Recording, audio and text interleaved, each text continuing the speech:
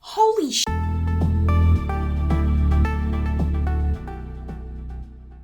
The Dark Crystal is a 1982 film directed by Jim Henson and Frank Oz. It tells the story of Jen, the last member of the Gelfling race. With a cosmic event on the horizon and the evil Skeksis ever prominent, Jen must collect the shard of an all-powerful crystal that, once restored, will return balance to his planet. Age of Resistance is coming soon to Netflix, and the original Dark Crystal has been on my watch list for a while. Admittedly, I'm a 90s baby. I didn't see this movie growing up, and my experience with the dark, twisted world of 80s kids material mostly just came down to whatever my sitters would put on for me, usually stuff that they enjoyed as kids. So I do have a little bit of experience with it. Labyrinth, also by Jim Henson, was something that I grew up with, and I loved that. So after finally having seen it, let's take a look at the Dark Crystal, and let's talk about story. Our story opens with some extensive narration into the history of planet Thra. And I mean it, as into fantasy lore as I am, you might want to grab a notepad. It turns out that a cataclysm that shattered Thra's world-balancing crystal ages ago created two races of creatures, the wicked Skeksis and the peaceful Mystics. Skeksis use the magic of the broken crystal to drain the life force of creatures for youth, while the Mystics live lives as mystics. Taken in by these gentle mystics is Jen, the last of the Gelflings. Gelflings have long since been wiped out by the Skeksis because of a prophecy, which states that a Gelfling will put a stop to them and bring balance back to Thra when the planet's three suns converge again. When Jen's mystic master dies, he is sent to find the sorceress Aughra, who can help him find the crystal. But one power-hungry Skeksis makes things difficult and Aughra is captured. Now with the shard, in his trek, Jen stumbles upon Kira, a Gelfling survivor living in secret with a tribe of podlings. Kira can talk to animals and even share memories with fellow Gelfling. Now together, the two travel to the crystal, dodging danger at every turn and uncovering the mysteries of their race and the crystal-born creatures. I will say right away that you can feel the love that went into this movie. It has all the essential ingredients for a cinematic fantasy epic. Rich world, creativity, and when you break it down, an easy-to-swallow hero's plotline to tie it all together. But right out of the gate, it's very clear that this world is expansive and kind of complex. This is only an hour-and-a-half movie. I will say flat out that there is a bit of a pacing problem with this movie. Voiceover gives context at the opening of the film, and it goes on for quite a while, because there are multiple races of creatures to introduce, and a world history, and villains. Not to mention our hero's tragic backstory. I get the feeling that maybe the creators or the producers of this film were a little bit concerned that it was a bit too much to swallow for viewers. So I can see why they might have put in a voiceover as an extra safety measure. And when you look at the detail that went into the puppetry itself and these environments, you could also draw the conclusion that maybe this meandering plot is kind of just to showcase that. As we follow Jen through the woods in his travels, we see him take in the scenery, find these things, really get a lay of the land. Like a children's storybook, the single sentence on each page matters less than taking in the beautiful illustrations. So you flip slowly. Really slowly. And the story itself really is quite simple. Our hero has to get to this crystal in order to save the world. One thing that I do really appreciate about the simple hero storyline is the intention to make it a little bit grittier and dark. Time is spent on the villains, relishing their evilness, and getting to know some of the troubles Jen and Kira are going up against. It's very clear that this film isn't concerned with sucking you into action, but rather immersing you in Thra's flora and fauna. Things just kinda happen in this movie. It all just kind of unfolds before us as we travel along with Jen and Kira, and it's a bit of a slow ride. Even though watching this movie and watching its story unfold kind of felt like a really relaxing, albeit very bizarre, journey, but when it was over, I did find myself kind of wanting to return to this world. Story, not much to scream about, but worth it for the exploration. So admittedly, I don't know what to think about these characters, because they are enthralling, but a lot of that has to do with the puppetry. I mean, look at this! The voice acting was incredible. Like, every one of these characters has their own really distinct voice. You could watch this movie with your eyes closed, not taking in any of the spectacular design, which would be a crime. Do not watch movies with your eyes closed. Thank you for that insight, Morgan. And you'd be able to tell who's talking and if they're a hero or a villain, and kind of what their demeanor is. But when it comes down to how distinct the characters are themselves and their personality, They're simple storybook archetypes. And while you can kind of put together with the story the characters' motivations, you can never really go that much deeper into how they feel about certain situations, or get anything really complex about their thoughts and their frame of mind. The opening narration gives us Jen's circumstances, and we get that he's alone in the world, but he doesn't even seem particularly bothered when his master dies, or when he has to set off on this huge, world-saving journey all by himself. There's a brief moment when he contemplates how much that sucks, but he gets over it pretty quick and decides, oh well.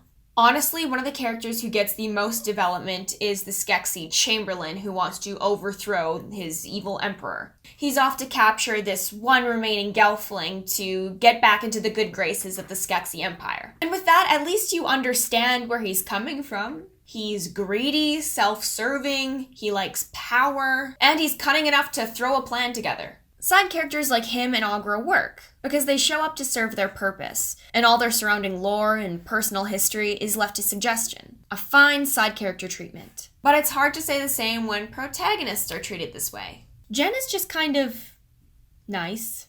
Aside from one temper tantrum moment where he chucks the world-saving crystal into the woods, Jen kind of maintains this air of serene curiosity about everything. Kira is treated similar. You get that she's resourceful after having lived in the woods all her life in secret with these podlings, which, by the way, those things party. But a lot of her is left to mystery, to the point where when certain things are revealed, it kind of just seems out of nowhere and then the movie moves on. I was surprised by her at the ending, though. I feel like the movie just really pulled the rug out from under me by making her the hero of the story. Kira is captured by the Garthim, look it up, and brought back to the chamber to have the life force drained out of her. She uses her animal-speaking powers to break herself free just in time. Half friggin' dead, she then has to help Jen get to the crystal amid a horde of Skeksis and ultimately sacrifices herself for the cause, but not before watching her dog get thrown into a crystal pit in the process. Holy shit. And Jen is there too.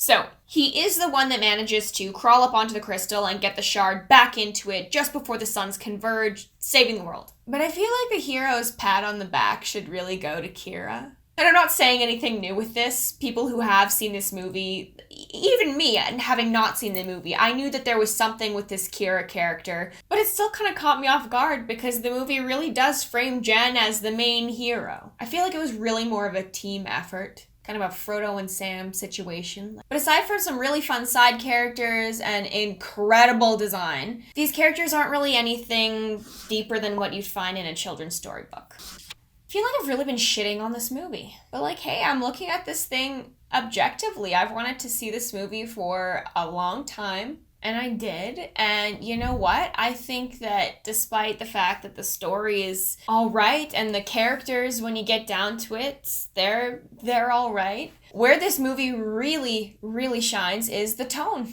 The mix of set pieces, puppets, and actual landscape really create an effect like you are looking at a living storybook, in an environment that feels grounded and shockingly real. Even the way the camera moves in a way that they would shoot a live action movie, it really helps ground it. There's a lot of gliding into the scene and slow pans taking everything in, and it keeps things dynamic even in quiet moments where everything's just kind of still. Like somehow it never felt like I was watching something that was just built in a studio. And it's pretty seamless, and that is scary. Like I said, some freaky shit happens in this charming world. And because it feels so real and it really sucks you in and makes you feel like you're there, the occasional ominous scene can get quite disturbing. But if you look at the intentions for the production and who designed it, it makes sense. Brian Froud was this production's concept artist, and he is famous for his illustrations that feature fantasy and nature and always have that kind of ominous vibe. The music in this film ties really well into this theme of dark fantasy too. It's ambient, grand enough for a fantasy epic, and always gives the feeling of something dark stirring. It's interesting that just a few years after this movie was released, Disney's The Black Cauldron was as well. That movie hit a lot of the same notes as this one did, even had really similar characters. There seemed to be this fascination with scaring your kids. Every frame and every moment of this movie transports you. So even when it was a little bit slow in the story and, maybe some of the character interactions were just mellow and not seemingly going anywhere fast, I was still glued to the screen. Like I wanted to see more. No, the story isn't anything new. The characters aren't particularly funny or even that distinct for the most part, at least the protagonists. But the world building is just chock full of creativity. I'd say this movie is worth watching just for the feeling of disappearing into a fantasy. So, where do I think Dark Crystal falls on the screen spectrum?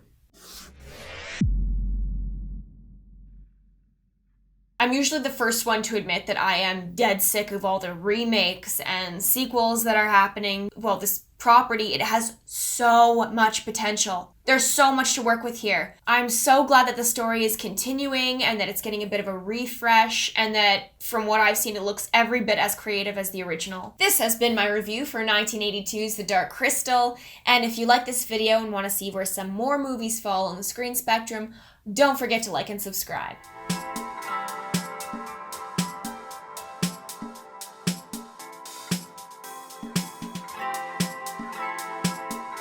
And a few charming moments. The characters' Io squeak toy is not... It's not happening right now. Can you play with something quiet? Here. Oh, you know what? I can take the squeaker out.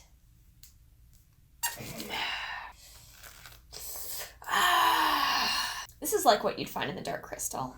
Stuff getting like... cute, adorable little soft things getting brutally tortured.